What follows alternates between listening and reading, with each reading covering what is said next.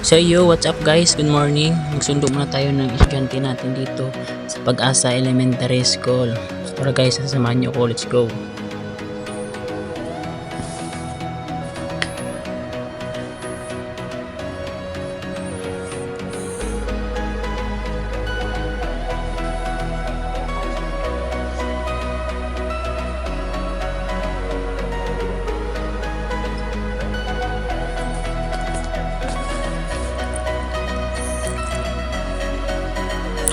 So kung mapapansin nyo dito guys, marami na mga parents nag-aabang sa kanilang mga estudyante dahil uwian na rin mga 11:20.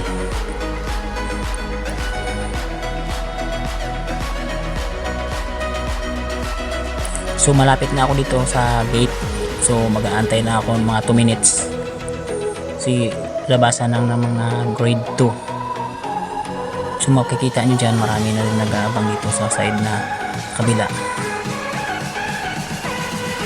So guys, nandito na pala estudyante ko na uwian na dahil namadali lang uwian kasi yun nga, masama ang panahon dahil may bagyo ngayon. So magsakay kami na lang ng tricycle dahil hindi ako nakadala ng motor dahil ginamit ng bus ko.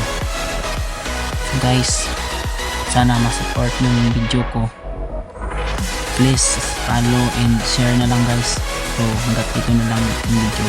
So thank you guys, salamat sa panonood nyo. Please, meron din tayong YouTube channel, please subscribe na lang. Maraming salamat po.